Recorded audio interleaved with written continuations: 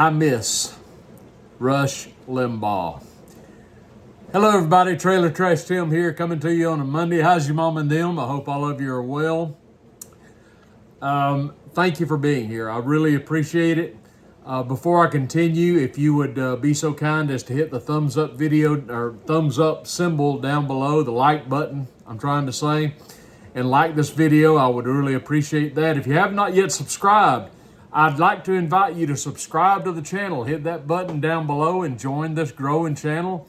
I'd love to have you come along. All the other relevant links are down below this video. The link to the video, the buy me a coffee, the contact information, email, all that jazz. It's all down below there, so you can check that out. I hope that you'll indulge me today. It's a little bit different video. But Rush Limbaugh has been on my mind lately, and I've been thinking a lot about what's happening in the country and what he would be saying. And there's no disrespect to the guys that followed him or succeeded him, but they just don't hold a candle to Rush. Rush, whether you liked him or hated him, he was magnificent at what he did. But rather than keep on talking about it, Rush died in February of 2021. I think it was the 17th. So he's been gone about 2.5 years, and he just left this huge void. And I sat down probably within weeks of his death, and I just wrote a little tribute, a little eulogy, if you will, to Rush. And I'd like to share that with you today, if you'll just allow me. How about that? Here we go. I first heard Rush Limbaugh in 1989, not long after the national debut of his program. The charm and magic of the experience was in hearing beliefs I then held richly enunciated by the golden voice, preaching into the golden microphone. As my own political philosophies evolved far from the neoconservatism Rush Limbaugh embraced until his death, his show ultimately became a source of perpetual exasperation. But that's a point for another time. This isn't about me. Rush claimed talent on loan from God, likely in jest, but perhaps with a wink, for that is indeed what he had. And never was a voice more fashioned for Marconi's invention. If Paul Harvey was to radio what Frank Sinatra was to popular music, Rush was Elvis. Without question, Rush loved his country and considered America to be the gold standard among the world's nations. As much as he loved an America which no longer exists, he reviled those he blamed for its ruin, those pesky and misguided liberals who were mocked, parodied, lampooned, and exposed as the hypocrites they are for 3 hours a day, and deservedly so. Americans who play by the rules, work jobs, pay taxes, and raise families are generally a tolerant, charitable, and well-mannered lot. They mind and take care of their own business. But such Americans have targets on their backs anymore, as those who would assault and pervert what they hold dear bully their way down Main Street, ripping away at whatever is left of the nation's moral fabric. Every neighborhood with a bully needs a hero who will stand up and push back. No prominent conservative had ever dared mock liberal false idols, exposing the sacred cows as empty suits.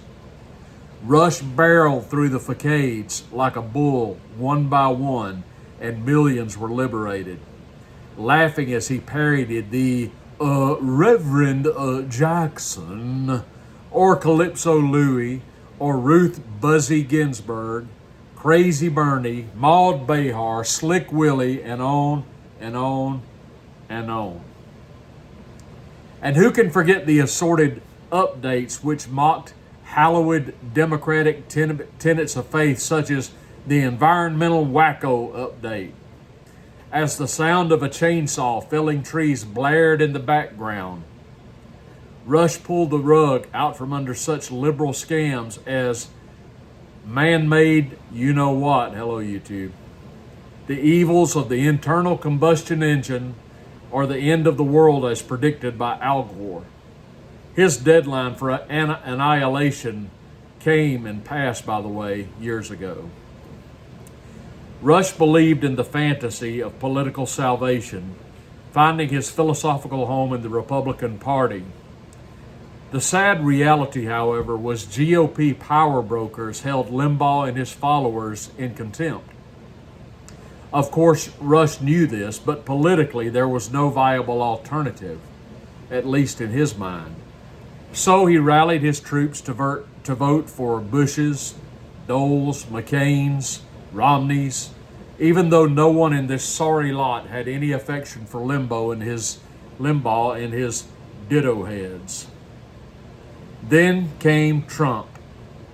Conservatism be damned. Rush latched onto the populist candidate like a pit bull on a ham bone. For all of his unstated faults, Trump wasn't her, the woman whose name I will not print or speak so as to not soil this meager obituary for Millie's son. What Trump did have going for him was his America First mantra, his unapologetic, vocal support for traditional American icons. The flag, the military, law and order, and border security, and Christmas. All this resonated bigly with Rush. There was no space available on his show to discuss unhinged government spending, which dwarfed that of Trump's predecessor. We were in desperation mode now, the last round of the fight to save America, and as far as Rush was concerned, Trump was our only hope. All politics aside, Rush seemed to me a very decent fellow. His Midwestern values firmly ensconced by a set of solid parents. He was a man of enormous wealth, yet incredibly charitable. He had a love for big houses, fancy cars, Gulfstreams, golf, and cigars. Sounds like the perfect next-door neighbor.